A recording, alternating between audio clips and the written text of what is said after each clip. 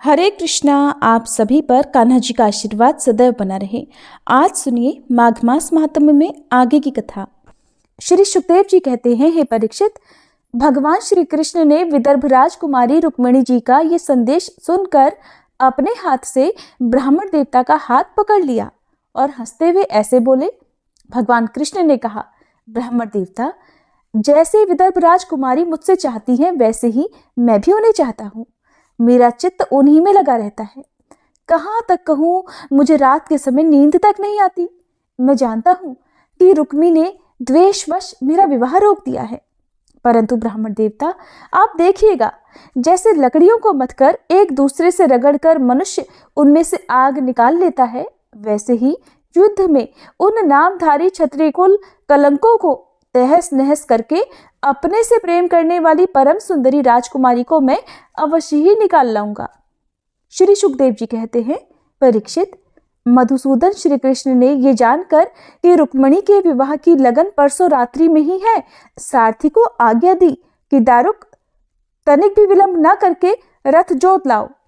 दारुक भगवान के रथ में शैव्य, सुग्रीव, मेघपुष्प और बलाहक नाम के 4 घोड़े जोत कर उसे ले आया और हाथ जोड़कर भगवान के सामने खड़ा हो गया।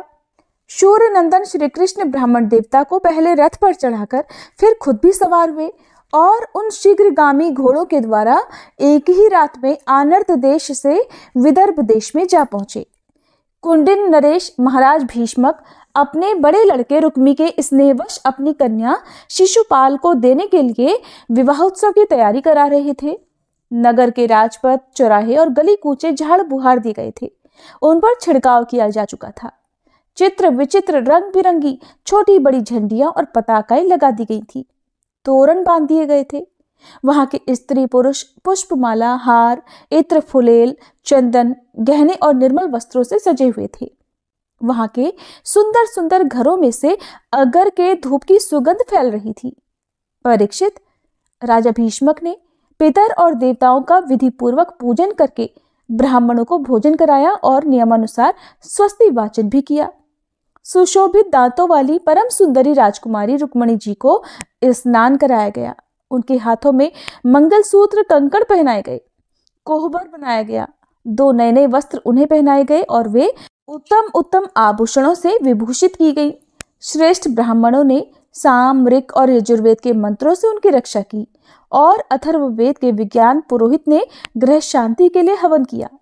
राजा भीष्मक कुल परंपरा और शास्त्रीय विधियों के बड़े जानकार थे। उन्होंने सोना, चांदी, वस्त्र, गुड़, मिले हुए तिल और गौवें ब्राह्मणों को दी। इसी प्रकार चेदी नरेश राजा दमघोष ने भी अपने पुत्र शिशुपाल के लिए मंत्र के ब्राह्मणों से अपने पुत्र के विवाह संबंधी मंगल कृत्य करवाए। इसके बाद वे मद चुआते हुए हाथियों, सोने की मालाओं से सजाए हुए रथों, पैदलों और घुड़सवारों की चतुरंगिणी सेना साथ लेकर कुंडिनपुर जा पहुंचे। विदर्भ राज भीष्मक ने आगे आकर उनका स्वागत सत्कार और प्रथा के अनुसार अर्चन पूजन किया। इसके बाद उन लोगों को पहले से ही निश्चित किए हुए जनवासों में आनंद पूर्वक ठहरा दिया।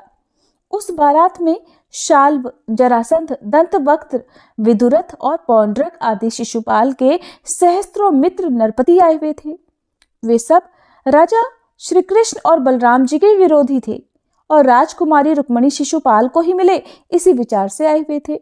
उन्होंने अपने अपने मन में ये पहले से ही निश्चय कर रखा था कि अगर श्री कृष्ण बलराम आदि यदुवंशियों के साथ आकर कन्या को हरने का प्रयास करेगा तो हम सब मिलकर उससे लड़ेंगे। यही कारण था कि उन राजाओं ने अपनी अपनी पूरी सेना और रथ, हाथी, घोड़े आदि भी अपने साथ ले लिए थे। विपक्षी राजाओं की इस तैयारी का पता भगवान बलराम जी को लग गया और जब उन्होंने ये सुना कि भैया श्री कृष्ण अकेले ही राजकुमारी का हरण करने के लिए चले गए हैं, तब उन्हें वहां लड़ाई झगड़े की बड़ी आशंका हुई। यद्यपि वे श्री कृष्ण का बल पराक्रम जानते थे, फिर भी भाई के प्रति स्नेह से उनका हृदय भर आया और वे तुरंत ही हाथी, घोड़े, रथ और पैदलों की बड़ी भारी चतुरंगिणी सेना साथ लेकर कुंडिनपुर के लिए चल पड़े। इधर परम सुंदरी रुक्मिणी जी भगवान श्री कृष्ण के शुभागमन की प्रतीक्षा कर रही थी। उन्होंने देखा श्री कृष्ण की तो कौन कहे, अभी ब्राह्मण देवता भी नहीं लौटे। तब तो वे बड़ी चिंता में पड़ गई। सोचने लगी, अहो, अब मुझ अभागिनी के विवाह में केवल एक रात की देरी है, परंतु मेरे जीवन सर्वस्व कमल नयन भगवान अभी भी नहीं पधारे। इसका क्या कारण हो सकता है? कुछ निश्चय नहीं मालूम पड़ता। यही नहीं, मेरे संदेश ले जाने वाले ब्राह्मण देवता भी तो अभी तक नहीं लौटे। इसमें संदेह नहीं कि भगवान श्री कृष्ण का स्वरूप परम शुद्ध है और विशुद्ध पुरुष ही उनसे प्रेम कर सकते हैं। उन्होंने मुझ में कुछ न कुछ बुराई देखी होगी, तभी तो मेरा हाथ पकड़ने के लिए, मुझे स्वीकार करने के लिए तत्पर होकर वे यहाँ नहीं पधार रहे। ठीक है, मेरे भाग्य ही मंद हैं। विधाता और भगवान शंकर भी मेरे अनुकूल नहीं जान पड़ते। ये भी संभव है कि रुद्र पत्नी गिरिराज कुमारी सती पार्वती जी मुझसे अप्रसन्न हो। परीक्षित, रुक्मणी जी इसी उधेड़ बुन में पड़ी हुई थी। उनका संपूर्ण मन और उनके सारे मनोभाव भक्त मन चोर भगवान ने चुरा लिए थे। उन्होंने उन्हीं को सोचते सोचते कि अभी समय है ऐसा समझकर अपने आंसू भरे नेत्र बंद कर लिए। परीक्षित, इस प्रकार रुक्मणी जी भगवान श्री कृष्ण के शुभागमन की प्रतीक्षा कर रही थी। उसी समय उनकी बाईं जंघा, बाईं भुजा और नेत्र फड़कने लगे, जो प्रेतम के आगमन का प्रिय संवाद सूचित कर रहे थे। इतने में ही भगवान श्री कृष्ण के भेजे हुए वे ब्राह्मण देवता पहुंच गए और उन्होंने अंतःपुर में राजकुमारी रुक्मणी जी को इस प्रकार देखा मानो कोई ध्यान मगन देवी हो। सती रुक्मणी जी ने देखा, ब्राह्मण देवता का मुख प्रफुल्लित है, उनके मन और चेहरे पर किसी प्रकार की कोई चिंता, कोई घबराहट नहीं है। वे उन्हें देखकर उनके लक्षणों से ही समझ गई कि भगवान श्री कृष्ण आ गए। फिर तो प्रसन्नता से खिलकर उन्होंने ब्राह्मण देवता से पूछा। तब ब्राह्मण देवता ने निवेदन किया कि भगवान श्री कृष्ण यहाँ पधार गए हैं और उनकी भूरी भूरी प्रशंसा की। उन्होंने ये भी बतलाया कि राजकुमारी जी, आपको ले जाने की उन्होंने सत्य प्रतिज्ञा की है। भगवान के शुभागमन का समाचार सुनकर रुक्मणी जी का हृदय आनंदातिरेक से भर गया। उन्होंने इसके बदले में ब्राह्मण के लिए भगवान के अलावा और कुछ भी प्रिय न देखकर उन्होंने केवल नमस्कार कर लिया, अर्थात जगत की समग्र लक्ष्मी ब्राह्मण देवता को सौंप दी। राजा भीष्मक ने सुना कि भगवान श्री कृष्ण और बलराम जी मेरी कन्या का विवाह देखने के लिए उत्सुकतावश यहाँ पधारे हैं। तब तुरही, भेरी आदि बाजे बजवाते हुए पूजा की सामग्री लेकर उन्होंने उनकी अगवानी की और मधुपर्क, निर्मल वस्त्र और उत्तम उत्तम भेंट देकर विधिपूर्वक उनकी पूजा की। भीष्मक जी बड़े बुद्धिमान थे। भगवान के प्रति उनकी बड़ी भक्ति थी। उन्होंने भगवान को सेना और साथियों के सहित समस्त सामग्रियों से युक्त निवास स्थान में ठहराया और उनका यथावत आतिथ्य सत्कार किया। विदर्भ राज भीष्मक जी के यहाँ निमंत्रण में जितने राजा आए थे, उन्होंने उनके पराक्रम, अवस्था, बल और धन के अनुसार सारी इच्छित वस्तुएं देकर सबका खूब सत्कार किया। विदर्भ देश के नागरिकों ने जब सुना कि भगवान श्री कृष्ण यहाँ पधारे हैं, तब वे लोग भगवान के निवास स्थान पर आए और अपने नयनों की अंजलि में भर भर कर उनके वदनार विंद का मधुर मकरंद रस पान करने लगे। वे आपस में इस प्रकार बातचीत कर रहे थे, रुक्मणी इन्हीं की अर्धांगिनी होने के योग्य है और ये परम पवित्र मूर्ति श्याम सुंदर रुक्मणी के ही योग्य पति हैं। दूसरी कोई भी इनकी पत्नी होने के योग्य नहीं है। यदि हमने अपने पूर्व जन्म या इस जन्म में कुछ भी सत्कर्म किया हो तो त्रिलोक विधाता भगवान हम पर प्रसन्न हो और ऐसी कृपा करें कि श्याम सुंदर श्री कृष्ण ही विदर्भ राजकुमारी रुक्मणी जी का पाणी ग्रहण करें। परीक्षित, जिस समय प्रेम परवश होकर पूर्वासी लोग परस्पर इस प्रकार बातचीत कर रहे थे, उसी समय रुक्मणी जी अंतःपुर से निकलकर देवी जी के मंदिर के लिए चली। बहुत से सैनिक उनकी रक्षा में नियुक्त थे। वे प्रेम मूर्ति श्री कृष्ण चंद्र के चरण कमलों का चिंतन करती हुई भगवती भवानी के पाद पल्लवों का दर्शन करने के लिए पैदल ही चल पड़ी। वे स्वयं मौन थी और माताएं और सखी सहेलियां सब ओर से उन्हें घेरे हुए थी।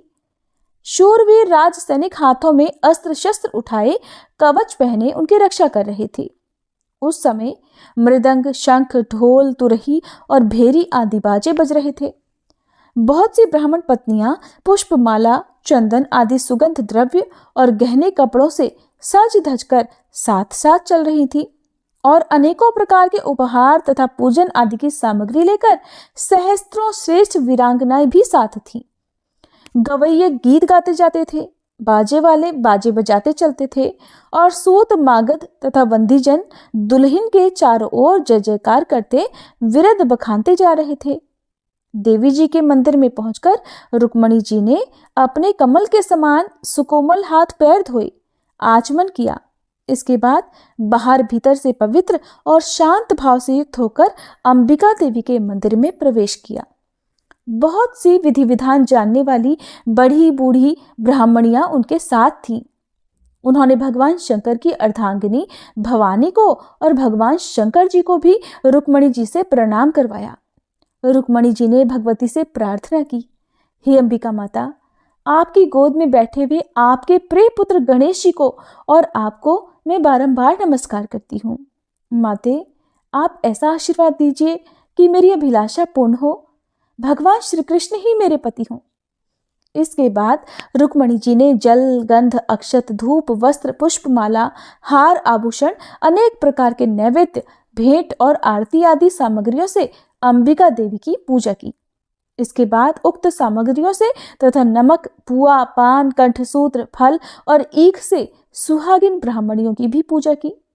तब ब्राह्मणियों ने उन्हें प्रसाद देकर आशीर्वाद दिए और दुल्हन ने ब्राह्मणियों और माता अंबिका को नमस्कार करके प्रसाद ग्रहण किया।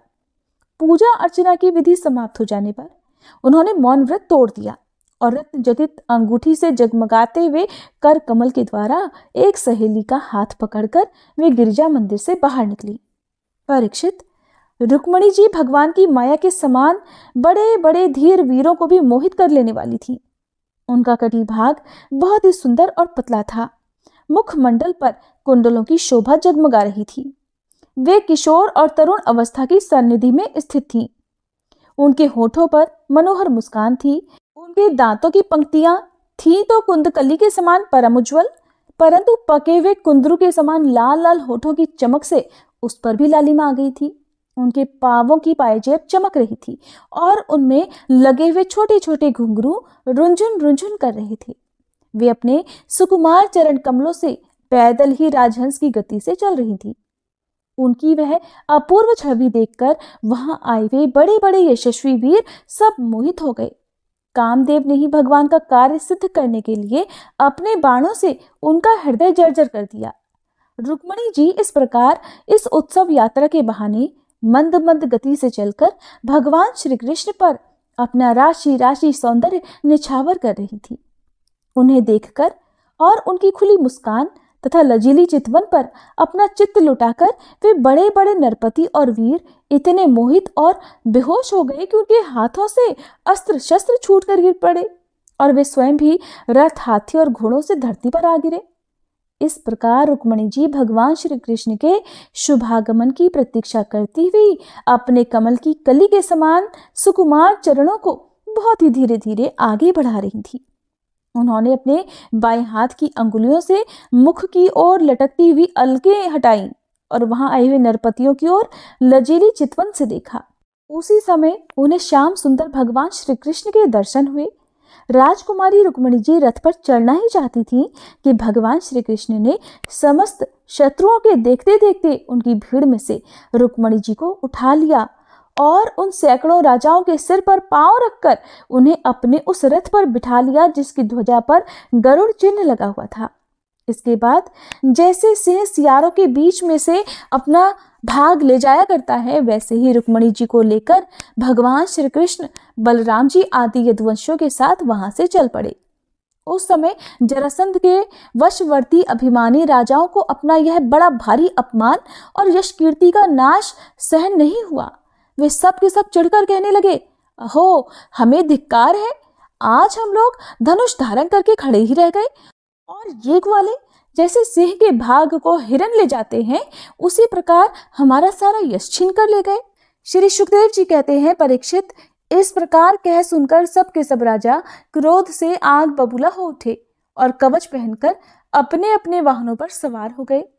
अपनी अपनी सेना के साथ सब धनुष ले लेकर भगवान श्री कृष्ण के पीछे दौड़ पड़े राजन, जब यदुवंशियों के सेनापतियों ने देखा कि शत्रु दल हम पर चढ़ा आ रहा है, तब उन्होंने भी अपने अपने धनुष का टंकार किया और घूमकर उनके सामने डट गए।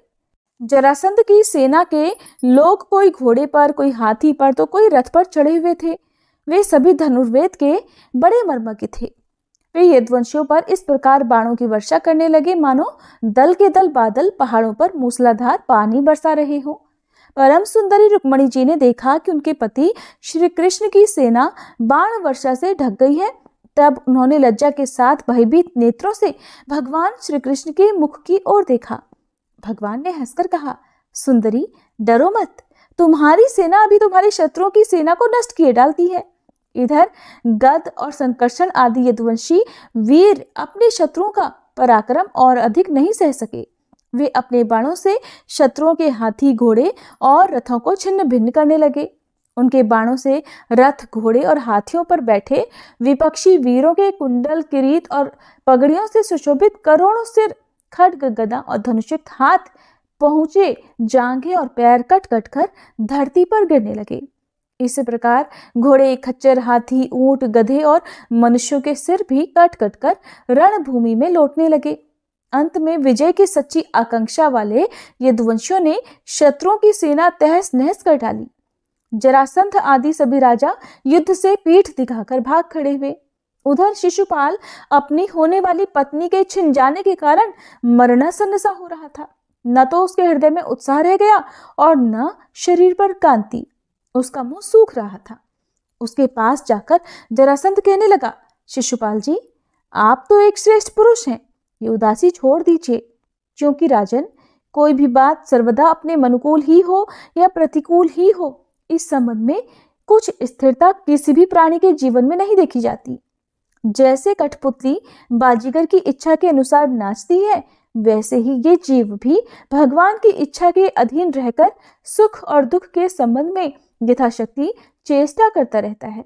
देखिए, श्री कृष्ण ने मुझे 23 अक्षौहिणी सेनाओं के साथ 17 बार हरा दिया। मैंने केवल एक बार 18वीं बार उन पर विजय प्राप्त की। फिर भी इस बात को लेकर मैं न तो कभी शोक करता हूं और न ही कभी हर्ष, क्योंकि मैं जानता हूं कि प्रारब्ध के अनुसार काल भगवान ही इस चराचर जगत को झकझोरते रहते हैं। इसमें संदेह नहीं कि हम लोग बड़े बड़े वीर सेनापतियों के भी नायक हैं। फिर भी इस समय श्री कृष्ण के द्वारा सुरक्षित यदुवंशियों की थोड़ी सी सेना ने ही हमें हरा दिया है। इस बार हमारे शत्रुओं की ही जीत हुई है, क्योंकि काल उन्हीं के अनुकूल था। जब काल हमारे दाहिने होगा, तब हम भी उन्हें जीत लेंगे। परीक्षित, जब मित्रों ने इस प्रकार समझाया, तब चेदिराज शिशुपाल अपने अनुयायियों के साथ अपनी राजधानी को लौट गया और उसके मित्र राजा भी, जो मरने से बच गए थे, अपने अपने नगरों को चले गए। रुक्मणी जी का बड़ा भाई रुक्मी भगवान श्री कृष्ण से बहुत द्वेष रखता था। उसको ये बात बिल्कुल भी सहन नहीं हुई कि मेरी बहन को श्री कृष्ण हर कर ले जाए और राक्षस रीति से बलपूर्वक उसके साथ विवाह करे। रुक्मी बलि तो था ही, उसने एक अक्षौहिणी सेना साथ ले ली और श्री कृष्ण का पीछा किया। महाबाहु रुक्मी क्रोध के मारे जल रहा था। उसने कवच पहनकर और धनुष धारण करके समस्त नरपतियों के सामने ये प्रतिज्ञा की कि मैं आप लोगों के बीच में ये शपथ करता हूँ कि अगर मैं युद्ध में श्री कृष्ण को न मार सका और अपनी बहन रुक्मणी को न लौटा सका, तो अपनी राजधानी कुंडिनपुर में प्रवेश नहीं करूंगा। परीक्षित, ऐसा कहकर वह रथ पर सवार हो गया और सारथी से बोला, जहां कृष्ण हो वहां शीघ्र से शीघ्र मेरा रथ लेकर चलो। आज मेरा उसी के साथ युद्ध होगा। आज मैं अपने तीखे बाणों से उस खोटी बुद्धि वाले ग्वाले के बलवीर्य का घमंड चूर चूर कर दूंगा। देखो तो उसका साहस, वो हमारी बहन को बलपूर्वक हर कर ले गया है। परीक्षित, रुक्म की बुद्धि बिगड़ गई थी। वो भगवान के तेज प्रभाव को बिल्कुल भी नहीं जानता था। इसी से वह इस प्रकार बहक बहक कर बातें करता हुआ एक ही रथ से श्री कृष्ण के पास पहुंचकर ललकारने लगा, खड़ा रहे, खड़ा रहे। उसने अपने धनुष को बलपूर्वक खींचकर भगवान श्री कृष्ण को 3 बाण मारे और कहा, एक क्षण मेरे सामने ठहर। यदुवंशियों के कुल कलंक, जैसे कौवा होम की सामग्री चुराकर उड़ जाता है, वैसे ही तू मेरी बहन को चुराकर कहां भागा जा रहा है? अरे मंद, तू बड़ा मायावी और कपट युद्ध में कुशल है। आज मैं तेरा सारा गर्व चूर चूर किए डालता हूं। देख, जब तक मेरे बाण तुझे धरती पर नहीं सुला देते, उसके पहले ही इस बच्ची को छोड़कर भाग जा। रुक्मी की बात सुनकर भगवान श्री कृष्ण मंद मंद मुस्कुराने लगे। उन्होंने देखते ही देखते उसका धनुष काट डाला और उस पर 6 बाण छोड़े। साथ ही भगवान श्री कृष्ण ने 8 बाण उसके 4 घोड़ों पर और 2 सारथी पर भी छोड़े और 3 बाणों से उसके रथ की ध्वजा को काट डाला। तब रुक्मी ने दूसरा धनुष उठा लिया। फिर भगवान श्री कृष्ण को 5 बाण मारे। उन बाणों के लगने पर उन्होंने उसका वह धनुष भी काट डाला। रुक्मी ने इसके बाद एक और धनुष लिया, परंतु हाथ में लेते ही लेते अविनाशी अच्युत ने उसे भी काट डाला। इस प्रकार रुक्मी ने परिघ, पट्टिश, शूल, ढाल, तलवार, शक्ति और तोमर जितने जितने अस्त्र शस्त्र उठाए, उन सभी को भगवान ने प्रहार करने से पहले ही काट डाला।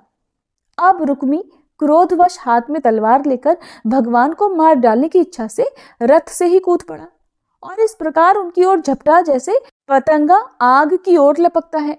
जब भगवान ने देखा कि रुक्मी मुझ पर चोट करना चाहता है, तब उन्होंने अपने बाणों से उसकी ढाल तलवार को तिल तिल करके काट डाला और मार डालने के लिए हाथ में तीखी तलवार निकाल ली। जब रुक्मणी जी ने देखा कि ये तो हमारे भाई को अब मार ही डालना चाहते हैं, तब वे भय से विफल हो गई और अपने प्रेतम पति भगवान कृष्ण के चरणों में गिरकर करुण स्वर में बोली, देवताओं के भी आराध्य देव, हे जगतपते, आप योगेश्वर हैं। आपके स्वरूप और इच्छाओं को कोई नहीं जान सकता। आप परम बलवान हैं, परंतु कल्याण स्वरूप भी तो है। प्रभु, मेरे भाई को मारना आपके योग्य काम नहीं है। श्री सुखदेव जी कहते हैं, रुक्मणी जी का एक एक अंग भय के मारे थर थर कांप रहा था। शोक की प्रबलता से उनका मुंह सूख गया था, गला रुंध गया था। वो इतनी बेचैन हो रही थी कि उसी आतुरता में सोने का हार भी उनके गले से गिर पड़ा और इसी अवस्था में वे भगवान के चरण कमल पकड़े हुए थी। परम दयालु भगवान उन्हें भयभीत देखकर करुणा से द्रवित हो गए। उन्होंने फिर रुक्मी को मार डालने का विचार छोड़ दिया। फिर भी रुक्मी उनके अनिष्ट की चेष्टा से विमुख नहीं हुआ। तब भगवान कृष्ण ने उसको उसी के दुपट्टे से बांध दिया और उसकी दाढ़ी, मूछ और केश कई जगह से मूंद कर उसे कुरूप बना दिया। तब तक यदुवंशी वीरों ने शत्रु की अद्भुत सेना को तहस नहस कर डाला, ठीक वैसे ही जैसे हाथी कमलवन को रौंद डालता है। फिर तो वे लोग उधर से लौटकर श्री कृष्ण के पास आए तो देखा कि रुक्मी दुपट्टे से बंधा हुआ अधमरी अवस्था में पड़ा हुआ है। उसे देखकर सर्वशक्तिमान भगवान बलराम जी को बड़ी दया आई और उन्होंने उसके बंधन खोलकर उसे छोड़ दिया तथा श्री कृष्ण से कहा, कृष्ण, तुमने ये अच्छा नहीं किया। ये निंदित कार्य हम लोगों के योग्य नहीं है। अपने संबंधी की दाढ़ी मूछ मोड़कर उसे कुरूप कर देना, ये तो एक प्रकार का वध ही है। इसके बाद बलराम जी ने रुक्मणी जी को संबोधित करके कहा, साध्वी, तुम्हारे भाई का रूप विकृत कर दिया गया है, ये सोचकर हम लोगों से बुरा मत मानना, क्योंकि जीवन को सुख दुख देने वाला कोई दूसरा नहीं है। उसे तो अपने ही कर्म फल का भोग भोगना पड़ता है। अब बलराम जी श्री कृष्ण से कहने लगे, कृष्ण, यदि अपना सगा संबंधी वध करने योग्य अपराध करे, तब भी अपने ही संबंधियों के द्वारा उसका मारा जाना उचित नहीं है। उसे छोड़ देना चाहिए। वो तो अपने अपराध से ही मर चुका है, मरे हुए को फिर क्या मारना भला। फिर रुक्मणी जी से बोले, साध्वी, ब्रह्मा जी ने क्षत्रियों का धर्म ही ऐसा बना दिया है कि सगा भाई भी अपने भाई को मार डालता है, इसलिए यह छात्र धर्म अत्यंत घोर है। इसके बाद फिर से कृष्ण जी से बोले, भाई कृष्ण, ये ठीक है कि जो लोग धन के नशे में अंधे हो रहे हैं और अभिमानी हैं, वे राज्य, पृथ्वी, पैसा, स्त्री, मान, तेज या फिर किसी और कारण से अपने बंधुओं का भी तिरस्कार कर दिया करते हैं। अब फिर वे रुक्मिणी जी से बोले, साध्वी, तुम्हारे भाई बंधु समस्त प्राणियों के प्रति दुर्भाव रखते हैं। हमने उनके मंगल के लिए ही उनके प्रति दंड विधान किया है। उसे तुम अज्ञानियों की तरह अमंगल मान रही हो, ये तुम्हारी बुद्धि की विषमता है। इसलिए साध्वी, अज्ञान के कारण होने वाले इस शोक को त्याग दो। ये शोक अंतःकरण को मुरझा देता है, मोहित कर देता है। इसलिए इसे छोड़कर तुम अपने स्वरूप में स्थित हो जाओ। श्री सुखदेव जी कहते हैं, परीक्षित, जब बलराम जी ने इस प्रकार समझाया तब परम सुंदरी रुक्मणी जी ने अपने मन का मैल मिटाकर विवेक बुद्धि से उसका समाधान किया। रुक्मी की सेना और उसके तेज का नाश हो चुका था, केवल प्राण बच रहे थे। उसके चित्त की सारी आशा अभिलाषाएं व्यर्थ हो चुकी थी और शत्रुओं ने अपमानित करके उसे छोड़ दिया था। उसे अपने विरूप किए जाने तक की कष्टदायक स्मृति भूल नहीं पाती थी। इसलिए उसने अपने रहने के लिए भोजगढ़ नाम की एक बहुत बड़ी नगरी बसाई। उसने पहले ही प्रतिज्ञा कर ली थी कि दुर्बुद्धि कृष्ण को मारे बिना और अपनी छोटी बहन को लौटाए बिना मैं कुंडिनपुर में प्रवेश नहीं करूंगा। इसलिए क्रोध करके वो वहीं रहने लगा। परीक्षित, भगवान श्री कृष्ण ने इस प्रकार सब राजाओं को जीत लिया और विदर्भ राजकुमारी रुक्मणी जी को द्वारका में लाकर उनका विधि पूर्वक पाणी ग्रहण किया। हे राजन, उस समय द्वारकापुरी में घर घर बड़ा ही उत्सव मनाया जाने लगा। क्यों ना हो, वहां के सभी लोगों का यदुपति श्री कृष्ण के प्रति अनन्य प्रेम जो था। वहां के सभी नर नारी मणियों के चमकीले कुंडल धारण किए हुए थे। उन्होंने आनंद से भरकर चित्र विचित्र वस्त्र पहने दुल्हा और दुल्हन को अनेकों भेंट की सामग्रियां उपहार में दी। उस समय द्वारका की अपूर्व शोभा हो रही थी। कहीं बड़ी बड़ी पताकाएं बहुत ऊंचे तक फहरा रही थी। चित्र विचित्र मालाएं, वस्त्र और रत्नों के तोरण बंधे हुए थे।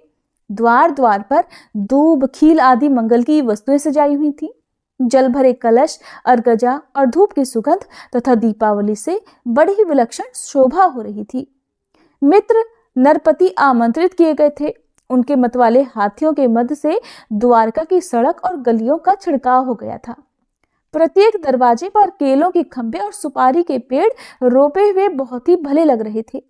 उस उत्सव में कौतूहलवश इधर उधर दौड़ धूप करते हुए बंधु वर्गों में कुरु, संजय, कैकय, विदर्भ, यदु और कुंती आदि वंशों के लोग परस्पर आनंद मना रहे थे। जहां तहां रुक्मणी हरण की गाथा गाई जाने लगी। उसे सुनकर राजा और राजकन्याएं अत्यंत विस्मित हो गई। महाराज, भगवती लक्ष्मी जी को रुक्मणी के रूप में साक्षात लक्ष्मीपति भगवान श्री कृष्ण के साथ देखकर द्वारकापुर वासी नर नारियों को परम आनंद हुआ। श्री सुखदेव जी कहते हैं, परीक्षित, कामदेव भगवान वासुदेव के ही अंश हैं। वे पहले रुद्र भगवान की क्रोधाग्नि से भस्म हो गए थे। अब फिर शरीर प्राप्ति के लिए उन्होंने अपने अंशी भगवान वासुदेव का ही आश्रय लिया। वे ही काम अब की बार भगवान श्री कृष्ण के द्वारा रुक्मणी जी के गर्भ से उत्पन्न हुए और प्रद्युम्न नाम से इस संसार में प्रसिद्ध हुए। सौंदर्य, वीर, सौशील्य आदि सद्गुणों में भगवान श्री कृष्ण से वे किसी भी प्रकार कम नहीं थे। बालक प्रद्युम्न अभी 10 दिन के भी नहीं हुए थे कि काम रूपी शंबरासुर वेश बदलकर सूतिका गृह से उन्हें हरकर ले गया और समुद्र में फेंककर अपने घर लौट गया। उसे मालूम हो गया था कि ये मेरा भावी शत्रु है। समुद्र में बालक प्रद्युम्न को एक बड़ा भारी मत्स्य निकल गया। इसके बाद मछुओं ने बहुत बड़े जाल में फंसाकर दूसरी मछलियों के साथ उस मत्स्य को भी पकड़ लिया और उन्होंने उसे ले जाकर शंबरासुर को भेंट के रूप में दे दिया। शंबरासुर के रसोइये उस अद्भुत मत्स्य को उठाकर रसोई घर में ले आए और कुल्हाड़ियों से उसे काटने लगे। रसोइयों ने मत्स्य के पेट में बालक देखकर उसे शंबरासुर की दासी मायावती को समर्पित कर दिया। उसके मन में बड़ी शंका हुई। तब नारद जी ने आकर बालक का कामदेव होना, श्री कृष्ण की पत्नी रुक्मणी के गर्भ से जन्म लेना, मत्स्य के पेट में जाने का सब कुछ हाल कह सुनाया। परीक्षित, वह मायावती कामदेव की यशस्विनी पत्नी रति ही थी। जिस दिन शंकर जी के क्रोध से कामदेव का शरीर भस्म हो गया था, उसी दिन से वह उसकी देह के पुनः उत्पन्न होने की प्रतीक्षा कर रही थी। उसी रति को शंबरासुर ने अपने यहाँ दाल भात बनाने के काम में नियुक्त कर रखा था। जब उसे पता चला कि इस शिशु के रूप में मेरे पति कामदेव ही है, तब वह उसके प्रति बहुत प्रेम करने लगी। श्री कृष्ण कुमार भगवान प्रद्युम्न बहुत थोड़े दिनों में जवान हो गए और उनका रूप लावण्य इतना अद्भुत था कि जो स्त्रियां उनकी ओर देखती उनके मन में श्रृंगार रस बढ़ जाता। कमल दल के समान कोमल और विशाल नेत्र, घुटनों तक लंबी लंबी बाहें और मनुष्य लोक में सबसे सुंदर शरीर। रति सलज्ज हास्य के साथ भौहें मटकाकर उनकी ओर देखती और प्रेम से भरकर स्त्री पुरुष संबंधी भाव व्यक्त करती हुई उनकी सेवा में लगी रहती। श्री कृष्ण नंदन भगवान प्रद्युम्न ने उनके भावों में परिवर्तन देखकर कहा, देवी तुम तो मेरी माँ के समान हो, तुम्हारी बुद्धि उल्टी कैसे हो गई? मैं देखता हूं कि तुम माता का भाव छोड़कर कामिनी के समान हाव भाव दिखा रही हो। रति ने कहा, प्रभु आप स्वयं भगवान नारायण के पुत्र हैं। शंबरासुर आपको सूतिका गृह से चुरा लाया था। आप मेरे पति स्वयं कामदेव ही हैं और मैं आपकी सदा की धर्म पत्नी रति हूं। मेरे स्वामी, जब आप 10 दिन के भी नहीं थे तब इस शंबरासुर ने आपको हर कर समुद्र में डाल दिया। वहां एक मत्स्य आपको निगल गया और उसी के पेट से आप यहाँ मुझे प्राप्त हुए हैं। ये शंबरासुर सैकड़ों प्रकार की माया जानता है। इसको अपने वश में कर लेना या जीत लेना बहुत ही कठिन है। आप अपने इस शत्रु को मोहन आदि मायाओं के द्वारा नष्ट कर डालिए। स्वामिन, अपनी संतान आपके खो जाने से आपकी माता पुत्र स्नेह से व्याकुल हो रही है। वे आतुर होकर अत्यंत दीनता से रात दिन चिंता करती रहती हैं। उनकी ठीक वैसी ही दशा हो रही है जैसे बच्चा खो जाने पर कुररी पक्षी की या बछड़ा खो जाने पर बेचारी गाय की होती है। मायावती रति ने इस प्रकार कहकर परम शक्तिशाली प्रद्युम्न को महामाया नाम की विद्या सिखाई। ये विद्या ऐसी ही है जो सब प्रकार की मायाओं का नाश कर देती है। अब प्रद्युम्न जी शंबरासुर के पास जाकर उस पर बड़े बड़े कटु आक्षेप करने लगे।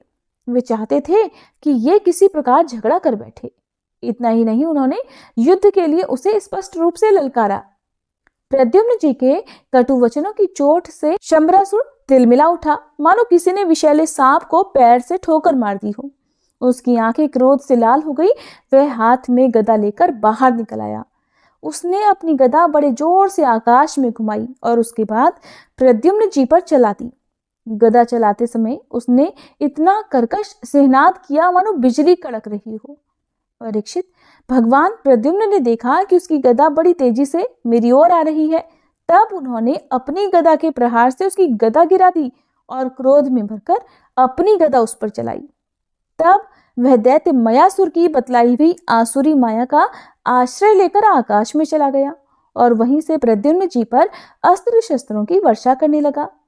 महारथी प्रद्युम्न जी पर बहुत सी अस्त्र वर्षा करके जब वह उन्हें पीड़ित करने लगा तब उन्होंने समस्त मायाओं को शांत करने वाली सत्वमयी महाविद्या का प्रयोग किया। इसके बाद शंबरासुर ने यक्ष, गंधर्व, पिशाच, नाग और राक्षसों की सैकड़ों मायाओं का प्रयोग किया, परंतु श्री कृष्ण कुमार प्रद्युम्न जी ने अपनी महाविद्या से उन सब का नाश कर दिया। इसके बाद उन्होंने एक तीक्ष्ण तलवार उठाई और शंबरासुर का किरीट और कुंडल से सुशोभित सिर, जो लाल लाल दाढ़ी मूछों से बड़ा भयंकर लग रहा था, काट कर धड़ से अलग कर दिया। देवता लोग पुष्पों की वर्षा करते हुए स्तुति करने लगे और इसके बाद मायावती रति, जो आकाश में चलना जानती थी, अपने पति प्रद्युम्न जी को आकाश मार्ग से द्वारकापुरी में ले गई। परीक्षित, आकाश में अपनी गोरी पत्नी के साथ सांवले प्रद्युम्न जी की ऐसी शोभा हो रही थी मानो बिजली और मेघ का जोड़ा हो। इस प्रकार उन्होंने भगवान के उस उत्तम अंतःपुर में प्रवेश किया जिसमें सैकड़ों श्रेष्ठ रमणियां निवास करती थी।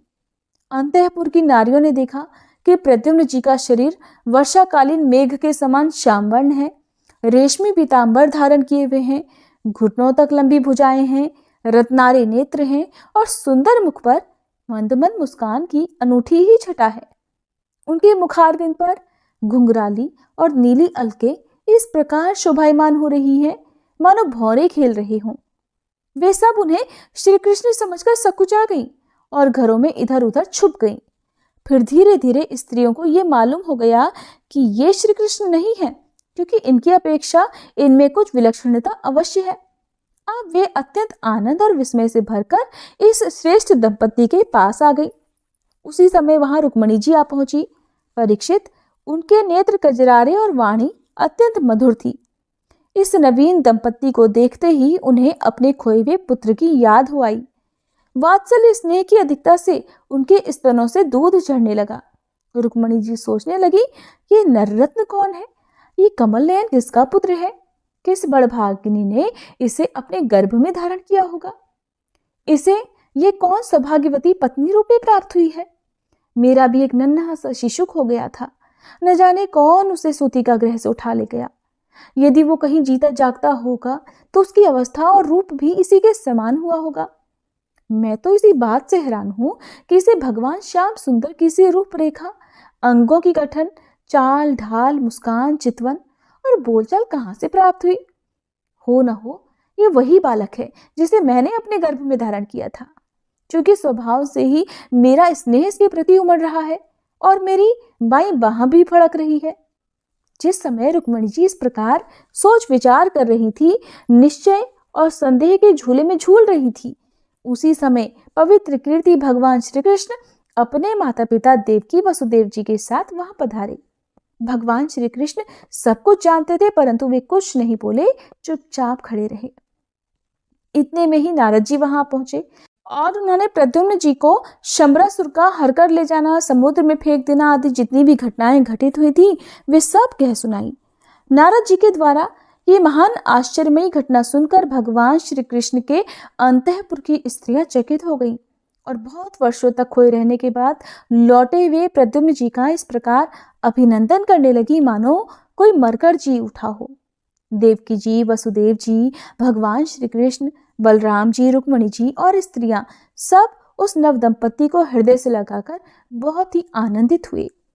जब द्वारकावासी नर नारियों को ये पता लगा कि खोए हुए प्रद्युम्न जी लौट आए हैं, तब वे परस्पर कहने लगी, अहो कैसे सौभाग्य की बात है कि ये बालक मानो मरकर फिर लौट आया।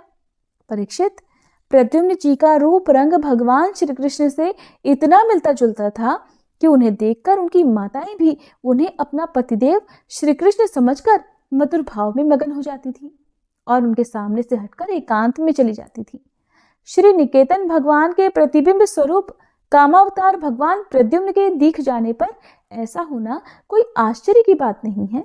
फिर उन्हें देखकर दूसरी स्त्रियों की विचित्र दशा हो जाती थी, इसमें तो कहना ही क्या है। श्री सुखदेव जी कहते हैं, परीक्षित, सत्राजित ने श्री कृष्ण को झूठा कलंक लगाया था।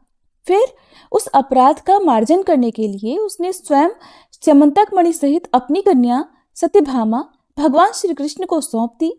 राजा परीक्षित ने पूछा, भगवान, सत्राजित ने भगवान श्री कृष्ण का क्या अपराध किया था? उसे स्यामंतक मणि कहाँ से मिली और उसने अपनी कन्या उन्हें क्यों दी? श्री सुखदेव जी कहने लगे, परीक्षित, सत्राजित भगवान सूर्य का बहुत बड़ा भक्त था। वे उसकी भक्ति से प्रसन्न होकर उसके बहुत बड़े मित्र बन गए थे। सूर्य भगवान ने ही प्रसन्न होकर बड़े प्रेम से उसे स्यमंतक मणि दी थी। सत्राजीत उस मणि को गले में धारण करके ऐसा चमकने लगा मानो स्वयं सूर्य ही हो। परीक्षित, जब सत्राजीत द्वारका में आया तब अत्यंत तेजस्विता के कारण लोग उसे पहचान नहीं सके। दूर से ही उसे देखकर लोगों की आंखें उसके तेज से चौंधिया गई। लोगों ने समझा कि कदाचित स्वयं सूर्य भगवान ही आ रहे हैं। उन लोगों ने भगवान के पास आकर उन्हें इस बात की सूचना दी। उस समय भगवान श्री कृष्ण चौसर खेल रहे थे।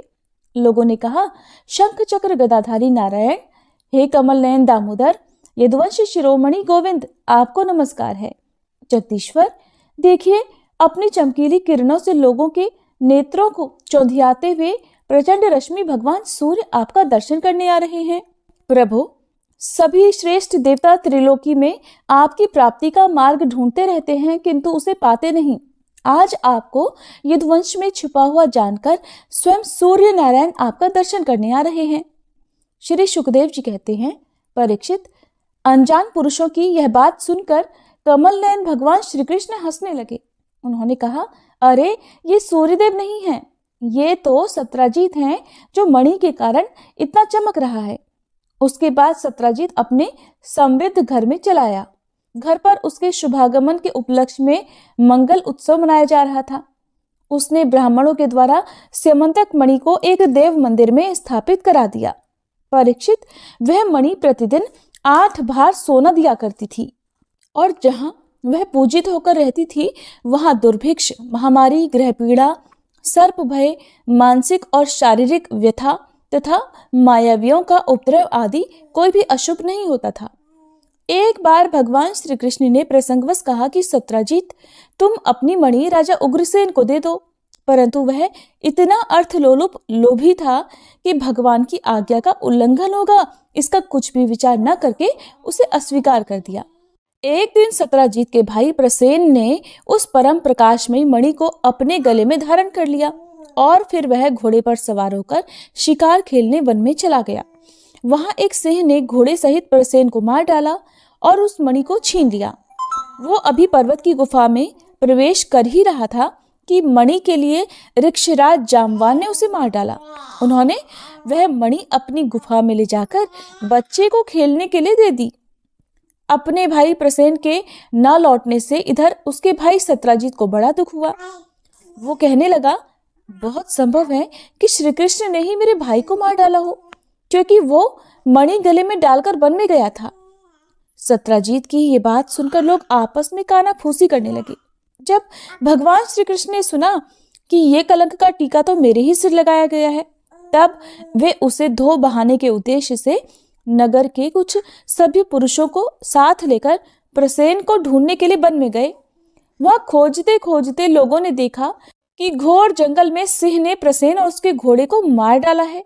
जब वे लोग सिंह के पैरों का चिन्ह देखते हुए आगे बढ़े, तब उन लोगों ने ये भी देखा कि पर्वत पर एक रीछ ने उस सिंह को भी मार डाला है। भगवान श्री कृष्ण ने सब लोगों को बाहर ही बिठा दिया और अकेले ही घोर अंधकार से भरी हुई ऋक्षराज की उस भयंकर गुफा में प्रवेश किया।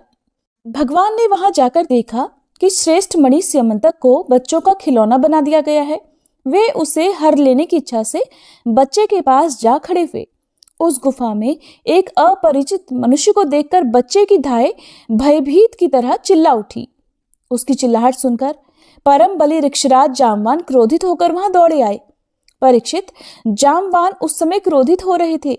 उन्हें भगवान की महिमा, उनके प्रभाव का पता ही नहीं चला। उन्होंने भगवान को एक साधारण मनुष्य समझ लिया और वे अपने स्वामी भगवान श्री कृष्ण से युद्ध करने लगे। जिस प्रकार मांस के लिए दो बाज आपस में लड़ते हैं, वैसे ही विजयाभिलाषी भगवान श्री कृष्ण और जामवान आपस में घमासान युद्ध करने लगे। पहले तो उन्होंने अस्त्र शस्त्रों का प्रहार किया, फिर शिलाओं का। इसके बाद वे वृक्ष उखाड़कर एक दूसरे पर फेंकने लगे। अंत में उनमें बाहुयुद्ध होने लगा। परीक्षित, वज्र प्रहार के समान कठोर घूंसों से आपस में वे 28 दिन तक बिना विश्राम किए दिन रात लड़ते रहे। अंत में भगवान श्री कृष्ण के घूंसों की चोट से जामवान के शरीर की एक एक गांठ टूट फूट गई। उसका उत्साह चला गया, शरीर पसीने से लथपथ हो गया। तब उन्होंने अत्यंत विस्मित चकित होकर भगवान श्री कृष्ण से कहा, प्रभु, मैं जान गया कि आप ही समस्त प्राणियों के स्वामी, रक्षक, पुराण पुरुष भगवान विष्णु हैं। आप ही सबके प्राण, इंद्रिय बल, मनोबल और शरीर बल हैं। आप विश्व के रचयिता, ब्रह्मा आदि को भी बनाने वाले हैं। बनाए हुए पदार्थों में भी सत्ता रूप से आप ही विराजमान हैं। प्रभु, मुझे याद है कि आपने अपने नेत्रों में तनिक सा क्रोध का भाव लेकर तिरछी दृष्टि से समुद्र की ओर देखा था। उस समय समुद्र के अंदर रहने वाले बड़े बड़े घड़ियाल और मगरमच्छ क्षुब्ध हो गए थे और समुद्र ने आपको मार्ग दे दिया था। तब आपने उस पर सेतु बांधकर सुंदर यश की स्थापना की तथा लंका का विध्वंस किया। आपके बाणों से कट कट कर राक्षसों के सिर पृथ्वी पर लौट रहे थे। अवश्य ही आप मेरे वे राम जी श्री कृष्ण के रूप में आए हैं। परीक्षित, जब ऋक्षराज जामवान ने भगवान को पहचान लिया, तब कमल नयन श्री कृष्ण ने अपने परम कल्याणकारी शीतल कर कमल को उनके शरीर पर फेर दिया और फिर अहेतु की कृपा से भरकर प्रेम गंभीर वाणी से अपने भक्त जामवान जी से कहा, ऋक्षराज, हम मणि के लिए ही तुम्हारी इस गुफा में आए हैं।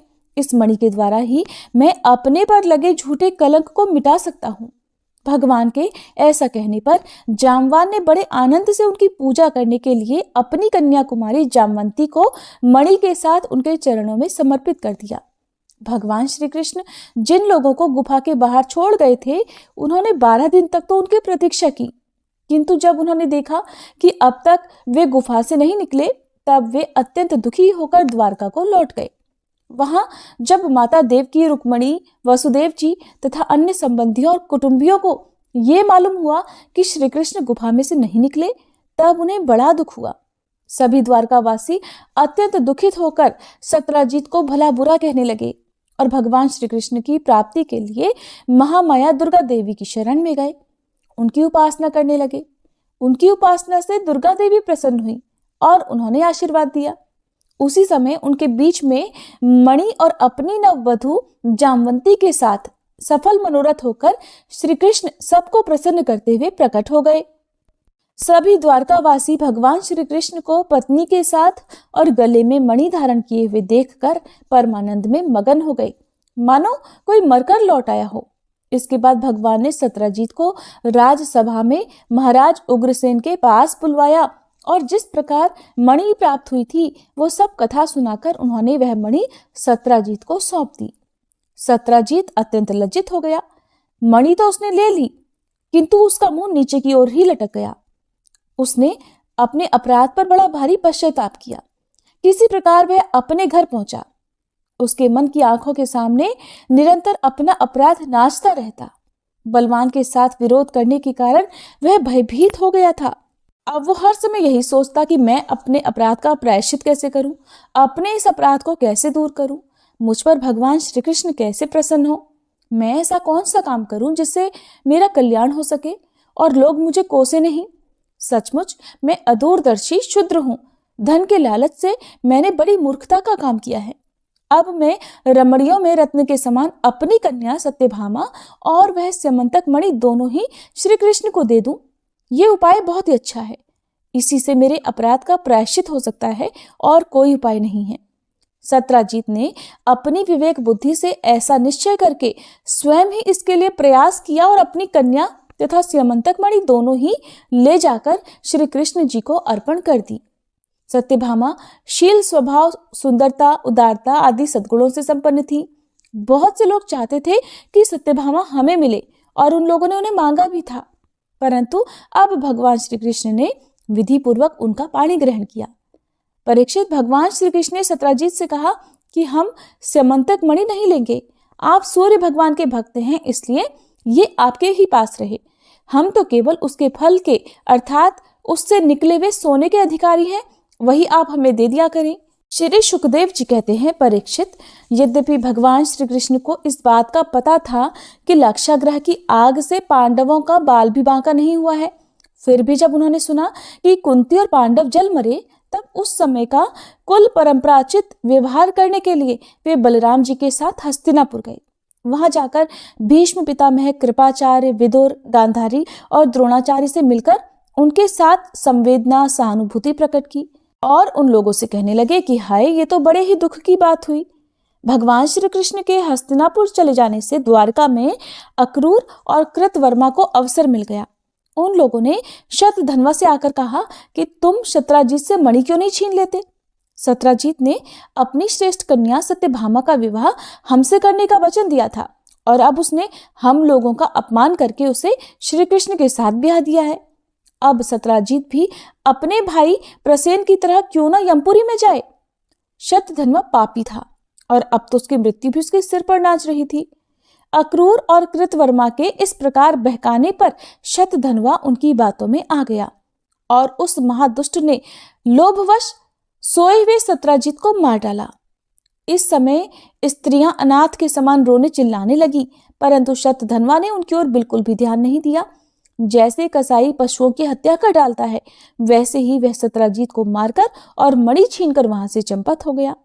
सत्यभामा जी को ये देखकर कि मेरे पिता मार डाले गए हैं बड़ा दुख हुआ और वे हाय पिताजी मैं मारी गई, इस प्रकार पुकार पुकार कर विलाप करने लगी। बीच बीच में वो बेहोश हो जाती और होश में आने पर फिर से विलाप करने लगती। इसके बाद उन्होंने अपने पिता के शव को तेल के कड़ाहे में रखवा दिया और खुद हस्तिनापुर गई। उन्होंने बड़े दुख से भगवान श्री कृष्ण को अपने पिता की हत्या का वृतांत सुनाया। यद्यपि इन बातों को भगवान श्री कृष्ण पहले से ही जानते थे। परीक्षित, सर्वशक्तिमान भगवान श्री कृष्ण और बलराम जी ने सब सुनकर मनुष्यों की सी लीला करते हुए अपनी आंखों में आंसू भर लिए और विलाप करते हुए कहने लगे कि अहो, हम लोगों पर तो ये बड़ी भारी विपत्ति आ पड़ी। इसके बाद भगवान श्री कृष्ण सत्यभामा जी और बलराम जी के साथ हस्तिनापुर से द्वारका को लौट आए और फिर शतधन्वा को मारने और उससे मणि छीनने का उद्योग करने लगे। जब शतधन्वा को यह मालूम हुआ कि भगवान श्री कृष्ण मुझे मार डालने का प्रयास कर रहे हैं, तब वह बहुत डर गया और अपने प्राण बचाने के लिए उसने कृतवर्मा से सहायता मांगी। तब कृतवर्मा ने कहा कि भगवान श्री कृष्ण और बलराम जी सर्वशक्तिमान ईश्वर हैं, मैं उनका सामना नहीं कर सकता। भला ऐसा कौन है जो उनके साथ बैर बांधकर इस लोक और परलोक में सकुशल रह सके। तुम तो जानते हो कि कंस उन्हीं से द्वेष करने के कारण राजलक्ष्मी को खो बैठा और अपने अनुयायियों के साथ मारा गया। जरासंध जैसे शूरवीर को भी उनके सामने 17 बार मैदान में हार कर बिना रथ के ही अपनी राजधानी में लौट जाना पड़ा था। जब कृतवर्मा ने उसे इस प्रकार टका सा जवाब दे दिया, तब शतधन्वा ने सहायता के लिए अक्रूर जी से प्रार्थना की।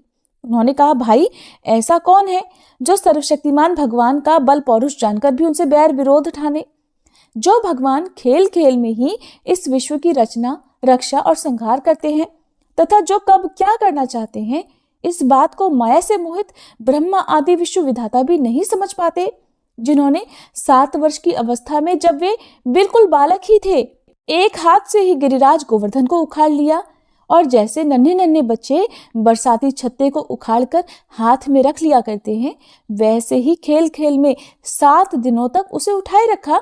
मैं तो उन भगवान श्री कृष्ण को नमस्कार करता हूँ। उनके कर्म अद्भुत है, वे अनंत अनादि एक रस और आत्म स्वरूप है, मैं उन्हें नमस्कार करता हूँ। पहले तो कृतवर्मा और अक्रूर ने शतधन्वा को खूब उकसाया ताकि वो श्री कृष्ण से बैर ठाने और उनसे युद्ध करे, लेकिन जब शतधन्वा श्री कृष्ण से बैर ठाने लगा, तब वह सहायता मांगने के लिए जब उन दोनों के पास गया तो वे दोनों साफ मुंह कर गए और भगवान की स्तुति करने लगे, उन्हें नमस्कार करने लगे। जब इस प्रकार अक्रूर जी ने भी उसे कोरा जवाब दे दिया, तब शतधन्वा ने स्यमंतक मणि उन्हीं के पास रख दी और खुद 400 कोस लगातार चलने वाले घोड़े पर सवार होकर वहां से बड़ी फुर्ती से भाग गया। परीक्षित, भगवान श्री कृष्ण और बलराम दोनों भाई अपने उस रथ पर सवार हुए जिस पर गरुड़ चिन्ह से चिन्हित ध्वजा फहरा रही थी और जो बड़े वेग वाले घोड़े से जुती हुई थी। अब उन्होंने अपने ससुर सत्राजीत को मारने वाले शतधन्वा का पीछा किया। मिथिलापुरी के निकट एक उपवन में शतधन्वा का घोड़ा गिर पड़ा। अब वो उसे छोड़कर पैदल ही भागा। वो अत्यंत भयभीत हो गया था। भगवान श्री कृष्ण भी क्रोध करके उसके पीछे पीछे दौड़े। शतधन्वा पैदल ही भाग रहा था, इसलिए भगवान ने भी पैदल ही दौड़कर अपने तीखी धार वाले चक्र से उसका सिर काट लिया और उसके वस्त्रों में से स्यमंतक मणि को ढूंढा। परंतु जब मणि नहीं मिली, तब भगवान श्री कृष्ण ने अपने भाई बलराम जी के पास आकर कहा, भाई हमने तो शतधन्वा को व्यर्थ ही मार डाला, क्योंकि उसके पास तो स्यमंतक मणि है ही नहीं। बलराम जी ने कहा, इसमें संदेह नहीं कि शतधन्वा ने स्यमंतक मणि को किसी न किसी के पास रख दिया है। अब तुम द्वारका जाओ और उसका पता लगाओ। मैं विदेह राज से मिलना चाहता हूँ, क्योंकि वे मेरे बहुत ही प्रिय मित्र हैं। परीक्षित, ऐसा कहकर यदुवंश शिरोमणि बलराम जी मिथिला नगरी में चले गए। जब मिथिला नरेश ने देखा कि पूजनी बलराम जी महाराज मेरे घर पधारे हैं, तब उनका हृदय आनंद से भर गया। उन्होंने झटपट अपने आसन से उठकर अनेकों सामग्रियों से उनकी पूजा की। इसके बाद भगवान बलराम जी कई वर्षों तक मिथिलापुरी में ही रहे। महात्मा जनक ने बड़े प्रेम और सम्मान से उन्हें रखा। इसके बाद समय पर धृतराष्ट्र के पुत्र दुर्योधन ने बलराम जी से गदा युद्ध की शिक्षा ग्रहण की। अपनी प्रिया सत्यभामा का प्रिय कार्य करके भगवान श्री कृष्ण द्वारका लौट आए और उनको यह समाचार सुना दिया कि शतधन्वा को मार डाला, किंतु स्यमंतक मणि उसके पास नहीं मिली। इसके बाद उन्होंने भाई बंधुओं के साथ अपने ससुर सत्राजीत की वे सब और्ध्वदैहिक क्रियाएं करवाई जिनसे मृतक प्राणी का परलोक सुधरता है। अक्रूर और कृतवर्मा ने शतधन्वा को सत्राजीत के वध के लिए उत्तेजित किया था। इसलिए जब उन्होंने सुना कि भगवान श्री कृष्ण ने शतधन्वा को मार डाला है, तब वे अत्यंत भयभीत होकर द्वारका से भाग खड़े हुए। परीक्षित, कुछ लोग ऐसा मानते हैं कि अक्रूर के द्वारका से चले जाने पर द्वारका वासियों को बहुत प्रकार के अनिष्टों और अरिष्टों का सामना करना पड़ा। उस समय नगर के बड़े बूढ़े लोगों ने कहा कि एक बार काशी नरेश के राज्य में वर्षा नहीं हो रही थी, सूखा पड़ गया था। तब उन्होंने अपने राज्य में आए हुए अक्रूर के पिता श्वफल्क को अपनी पुत्री गांधिनी ब्याह दी। तब उस प्रदेश में वर्षा हुई। अक्रूर भी श्वफल्क के ही पुत्र हैं और इनका प्रभाव भी वैसा ही है। इसलिए जहाँ जहाँ अक्रूर रहते हैं वहाँ वहाँ खूब वर्षा होती है और किसी प्रकार का कष्ट और महामारी आदि उपद्रव नहीं होते। परीक्षित, उन लोगों की बात सुनकर भगवान ने सोचा कि इस उपद्रव का यही कारण नहीं है। ये जानकर भी भगवान ने दूत भेजकर अक्रूर जी को ढूंढवाया और आने पर उनसे बातचीत की। भगवान ने उनका खूब आदर सत्कार किया और मीठी मीठी प्रेम की बातें कहकर उनसे संभाषण किया। परीक्षित, भगवान सबके चित्त का एक एक संकल्प देखते रहते हैं। इसलिए उन्होंने मुस्कुराते हुए अक्रूर से कहा, चाचा जी, आप दान धर्म के पालक हैं। हमें ये बात पहले से ही मालूम है कि शतधन्वा आपके पास वह श्यमंतक मणि छोड़ कर गया है जो बड़ी ही प्रकाशमान और धन देने वाली है। आप तो जानते ही हैं कि सत्राजीत के कोई पुत्र नहीं है, इसलिए उनकी लड़की के लड़के, उनके नाती ही उन्हें तिलांजलि और पिंडदान करेंगे, उनका ऋण चुकाएंगे और जो कुछ बच रहेगा उसके उत्तराधिकारी होंगे। इस प्रकार शास्त्रीय दृष्टि से यद्यपि श्यमंतक मणि हमारे पुत्रों को ही मिलनी चाहिए, फिर भी वह मणि आपके ही पास रहे, क्योंकि आप बहुत बड़े व्रतनिष्ठ और पवित्र आत्मा हैं और दूसरों के लिए उस मणि को रखना अत्यंत कठिन भी है। परंतु हमारे सामने एक बहुत बड़ी कठिनाई ये आ गई है कि हमारे बड़े भाई बलराम जी मणि के संबंध में मेरी बातों का पूरा विश्वास नहीं करते। इसलिए महाभाग्यवान अक्रूर जी, आप वो मणि दिखाकर हमारे इष्ट मित्र बलराम जी, सत्यभामा और जामवंती का संदेह दूर कर दीजिए और उनके हृदय में शांति का संचार कीजिए।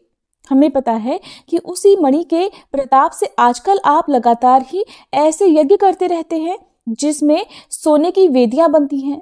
परीक्षित, जब भगवान श्री कृष्ण ने इस प्रकार सांत्वना देकर अक्रूर जी को समझाया बुझाया, तब उन्होंने वस्त्र में लपेटी हुई सूर्य के समान प्रकाशमान वह मणि निकालकर भगवान को दे दी। भगवान ने वह स्यमंतक मणि अपने जाति भाइयों को दिखाकर अपना कलंक दूर किया और उसे अपने पास रखने में समर्थ होने पर भी फिर से अक्रूर जी को लौटा दिया। सर्वशक्तिमान सर्वव्यापक भगवान श्री कृष्ण के पराक्रमों से परिपूर्ण ये आख्यान समस्त पापों, अपराधों और कलंकों को धोने वाला है, परम मंगलमय है। जो इसे पढ़ता, सुनता अथवा स्मरण करता है वह सब प्रकार की अपकीर्ति और पापों से छूटकर शांति का अनुभव करता है। हरे कृष्णा। आज की कथा में बस इतना ही। इसके आगे की कथा सुनने के लिए कृपया आप अगले अध्याय का इंतजार जरूर कीजिएगा। ये कथा अगर आपको अच्छी लगी हो तो वीडियो को लाइक करना मत भूलिएगा।